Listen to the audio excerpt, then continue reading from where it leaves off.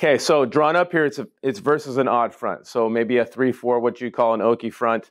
And what we're going to do is when we know that we're playing an odd front, we're going to teach our kids throughout the weekend how to block it. Okay, so depending if these defensive ends are in a 5 technique, 4-eye technique, 3 technique, depending what we see in the odd front, we're going to have our guards kick those DNs out. Okay, so their rule of thumb is if I'm a guard, as soon as the ball snapped, I'm immediately going to kick out the DN. So I'm running directly straight down the line. I don't take a kick slide. I don't go forward at all. I run directly down the line and try to kick him out like a trap block. The tackles, they are going to take a kick slide. They're going to stand up and pass pro, give the look as if they're giving a pass pro, kick slide once, and wrap inside the nearest gap to the inside linebacker. Okay, so in an ideal world, they're just going to wrap around one another and work up to the linebacker. Doesn't always work out that way. Sometimes if that nose slants hard one way, that tackle will have to wrap around 2 gaps to get up into the backers. And that's okay. We can live with that. So what we tell our center is you're going to take the nose in the direction that he wants to go. So the nose, if the nose just stays there, you're going to try to drive block him. If the nose is a 2-gap player, you're going to try to drive block him. If the nose chooses a gap, drive him into that gap as hard as you, fast as you can, so that our running back can read off the nose. And so our running back, what he's going to do is he's going to take a pause step, and he's going to go slow to fast through the hole, depending on which direction that nose goes. Okay. Our outside receivers are going to run bubbles so that they can take their hanging defenders with them. So whoever's there hopefully gets their eyes on the slot receivers, and so they bubble out and take an outside backer with them. Now, if the backer doesn't go, as soon as I run a bubble route, I'm going to work my way up as if I'm running up a wheel, and I'm going to block the nearest defender that I find. Okay. Outside receivers are running what would look like quick slants, okay, getting fast off the ball and drive directly at the safeties. Okay, so we want to give the illusion that it is pass. Maybe it's a snag concept on the perimeters, okay, with a post or slant bubble. And our outside guys are going to get the safeties, okay?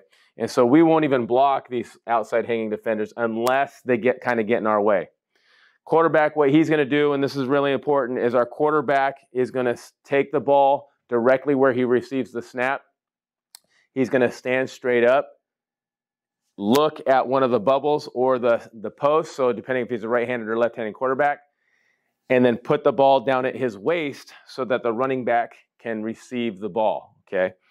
And so that, we don't believe that our quarterback needs to take a drop on draw because we're already in shotgun. And number 2, the linebackers and D-line, they're not looking for the drop of the quarterback. We found that it's just ineffective to actually have him drop. Plus, the running back gets a little too far back behind the pocket. So we like our quarterbacks and running backs to actually deliver the ball at 5 yards. Okay, so we love it against this odd front. So this is what it would look like versus an odd front.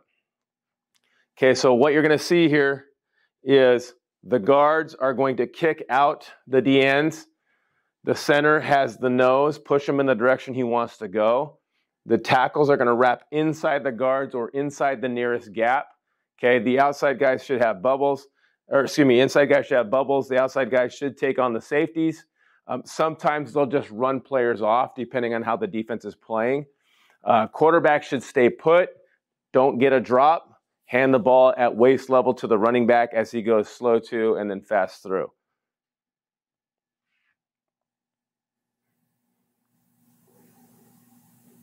Okay, and so the most important part, as you probably know, is that the blocking scheme works for the odd front.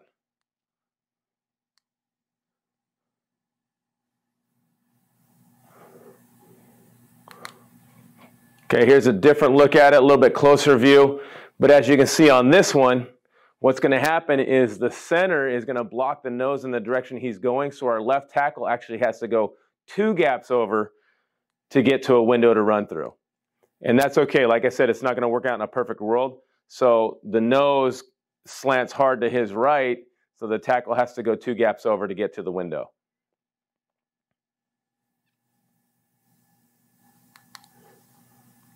Here's another look at it, same team. Again, best case scenario for us is an odd front that drops 8. We love draw versus that.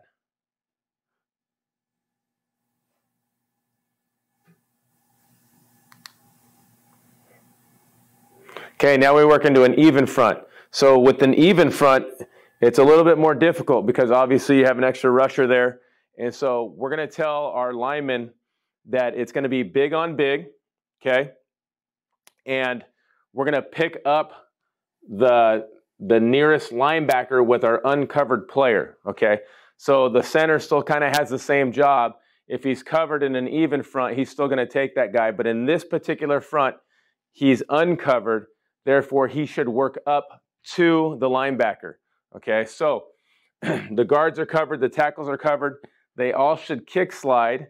They're going to take the original tackle's job, kick slide, and then block the guy on you while the center or the uncovered player works his way up to the next backer.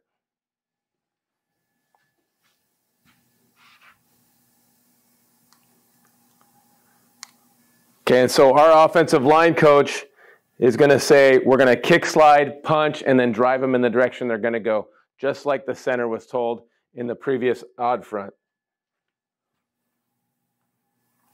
So, and even if you look here, they're going to kick slide, punch, and they're going to try to drive their guy. If they're not big enough and strong enough to drive their guy, if they end up in a stalemate, we would just kind of expect our running back to find the nearest window and run through it.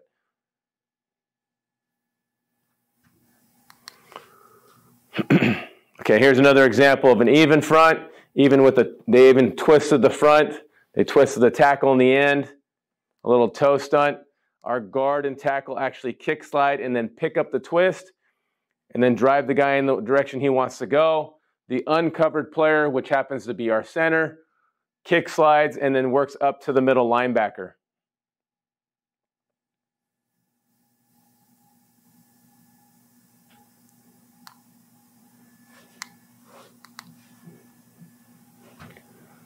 Okay, same thing, 4-2 box. We're looking at kick sliding on the offensive line, drive him in the direction that he wants to go.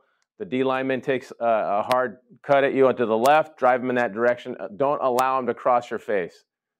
Okay, if you're uncovered, you're going to find the nearest middle linebacker, which happens to be our center in this particular play.